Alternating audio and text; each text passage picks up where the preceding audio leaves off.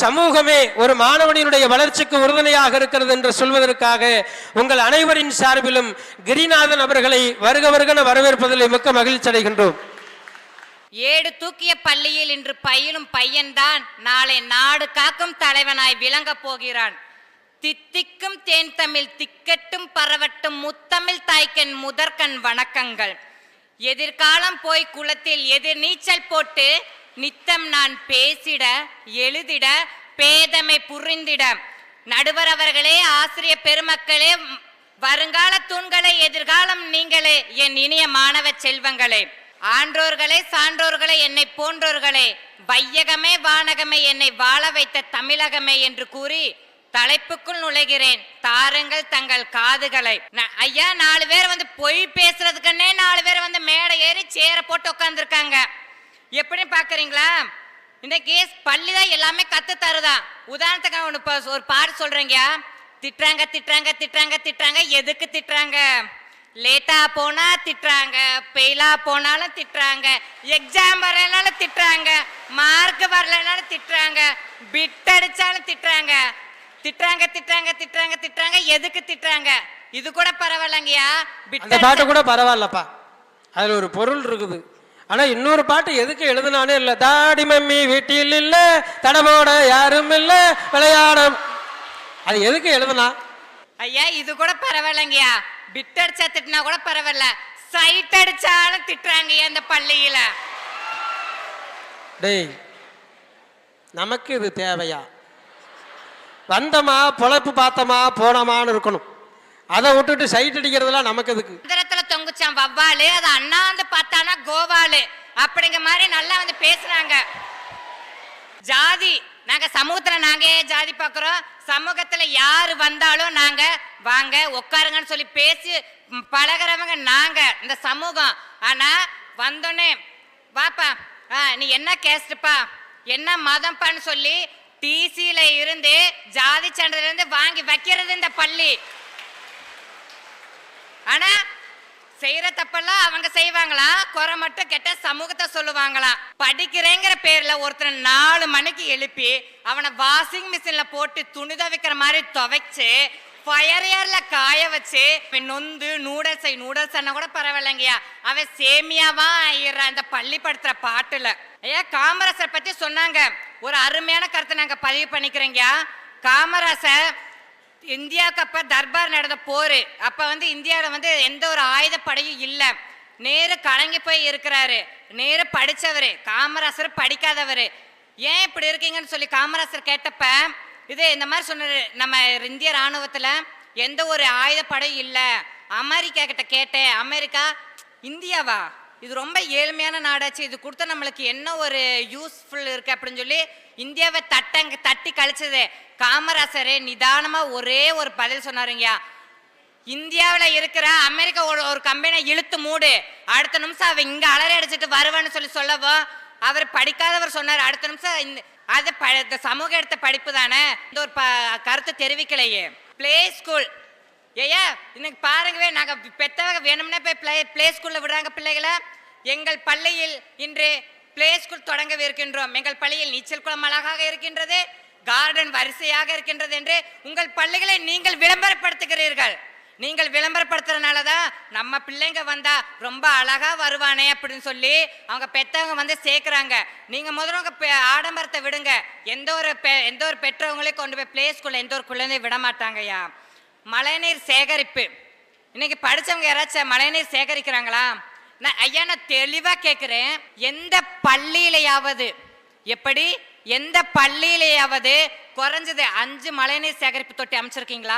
5 மழைநீர் சேகரிப்பு குறைஞ்சபட்சம் அமைச்சிருக்கீங்களா?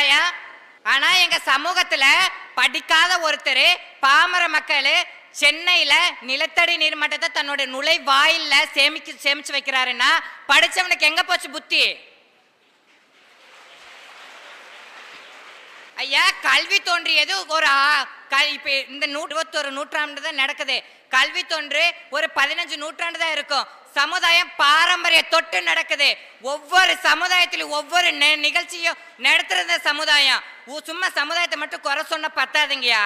வீழாமல் இருப்பவன் வீரன் அல்ல, எத்தனை முறை வீழ்ந்தாலும் எழுந்து நடப்பவனை உண்மையான வீரன் சொல்லி கத்து கொடுக்கிறது இந்த சமுதாயம் எங்களுக்கு.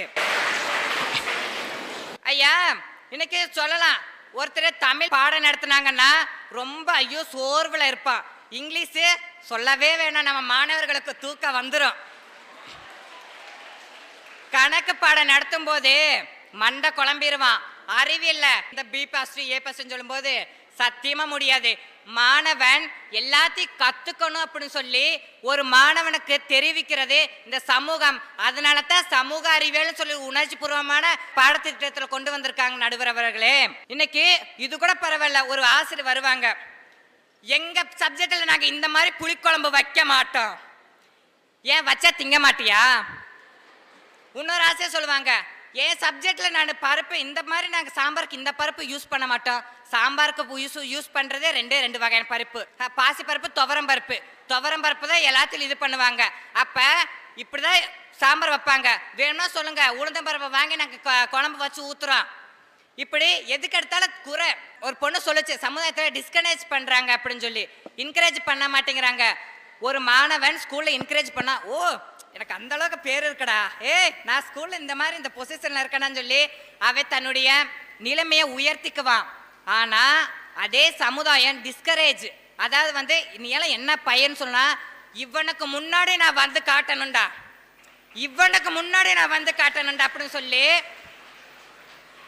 முன்னாடி வந்து நிக்கிறதே இந்த அந்த மாணவனுக்கு ஊக்கத்தை கொடுக்கறது இந்த சமுதாயம் தானே நடுவர் அவர்களே.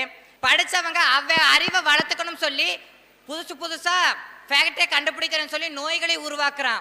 நாங்க அதை கேட்கவே இல்லையே.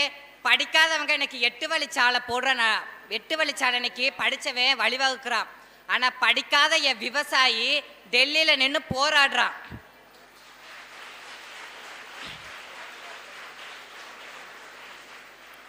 உழைத்து உழைத்து காப்பு கைத்த கையில் இன்று கையேந்தி உணவுக்காக நிற்கின்றேன். அடுத்தவர்களின் பசியை தீர்த்த நான் என் வயிற்றிலோ ஈரத்துணியை கட்டிக்கொண்டு இன்று கோமணத்துடன் நிற்கிறேன்னு சொல்லி ஒருத்தன் இன்னைக்கு டெல்லியில நின்று புலம்புறான்னா அதுக்கு காரணம் யாரு? இன்னைக்கு படிச்சுட்டு இன்னைக்கு இப்படி போய் சமுதாயத்தை சீரழிக்கிறவன் தானே. மரக்கன்று எந்த ஒரு மாணவனாச்சும் சமூகத்துல பள்ளியை விட்டு சமுதாயத்துக்கு நல்லது பண்றேன்னு சொல்லி எந்த மாணவனாச்சும் இன்னைக்கு வந்திருக்கானா வெளியே? படிக்காத ஒருத்தர், இதே திருப்பூர் மாவட்டத்தை சேர்ந்த ஒருத்தர் படிக்காதவர் தன்னையே ஒரு மரமா மாத்திக்கிட்டு அவர் இன்னைக்கு மரக்கன்றல் நடுறாரு. அவர் இத்தனைக்கு படிக்கல, அவர் வெறும் கைநாட்டு. எப்படி வெறும் கைநாட்டு? அவர் ஏன் இந்த இது பண்றாருன்னா, அரசு பள்ளியெல்லாம் மரம் இல்லை. ஒரு பொண்ணு மயக்கம் போட்டு விழுந்துருச்சு பிரேயர்ல, அதுவும் தேசிய கீதம் பாடும்போது நாட்டுப்பண் பாடும்போது இப்படி விழுந்துருச்சேன்னு சொல்லி ஏன்னு காரணம் கேட்டப்ப நிழல் இல்லை. அப்ப அந்த பொண்ணு கீழே விழுந்துருச்சு. அப்ப அந்த கை நாட்டு யோசிச்சான், நம்மனால முடிஞ்ச அளவுக்கு நம்ம இன்னைக்கு மரத்தை நம்ம நட்டோம்னா எத்தனையோ குழந்தைகள் இன்னைக்கு மயக்கம் போட இருப்பாங்க, மழை பொழியும், எத்தனையோ நன்மைகள் இருக்கும். இதனால எனக்கு சல்லி காசு வேணாண்டான்னு சொல்லி இன்னைக்கு இந்த சமூகத்துக்காக போராடுறான்.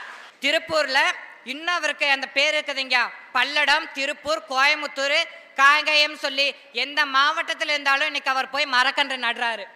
அவர் பேரு கணேசன். ஆனா இத்தனைக்கு அவர் கை நாட்டு. ஆனா அவரு மரம் வாங்குறதுல இருந்து அதை நடுறதுல இருந்து எல்லா செலவும் அவர் தான் பண்றாரு. பள்ளியில இதை சொல்லி கொடுக்குறாங்களா? அறிஞர்கள் எழுதுவது நடைமுறை வாழ்க்கை, நடைமுறை வாழ்க்கை வாழ்வது சமூகம். அந்த சமூகத்தையே தான் உயர்த்தி ஒருத்தர் புக்கு எழுதுறான். அந்த புக்கு தான் நம்மளுக்கு பாடமாவும் வருது. இந்த சமுதாயம் தான் எங்களுக்கு பகுத்தறிவு ஆரம்பிக்குது, பகுத்தறிவு எங்களுக்கு கற்றுக் கொடுக்குது. இந்த பள்ளி எங்களுக்கு வெறும் எழுத்தறிவை மட்டும்தான் கற்றுக் கொடுக்குது. பள்ளி எங்களுக்கு என்ன கற்றுக் கொடுக்குது? வெறும் எழுத்தறிவு மட்டும்தான். தீ சுடும், தேலுன்னா கொட்டும், பூரான்னா கடிக்கும். இது எங்களுக்கு நாங்கள் பிறந்த அடுத்து 1 வயசுல இருந்து 6 வயசு வரைக்கும் நாங்கள் சமுதாயத்தில் பாடம் படித்த பின்னாடி தான் காது தொட முடியுமான்னு சொல்லி உங்க பள்ளியில நீங்க எங்களுக்கு இன்டர்வியூ வச்சு எடுக்கிறீங்க. மேலோட்டமாக சிந்திப்பவன் மேதாவி, ஆழமாக சிந்திப்பவன் அறிஞன், வித்தியாசமாக சிந்திப்பவன் விஞ்ஞானி, கலைநயத்தோடு சிந்திப்பவன் கவிஞன். மாணவர்களின் அடுத்த ஒரு நிமிடம் பற்றியும் அடுத்த அவனுடைய வாழ்க்கை எதிர்காலத்தை பற்றியும் சிந்திப்பதுதான் இந்த சமுதாயம். ஆகவே நடுவர் அவர்களே,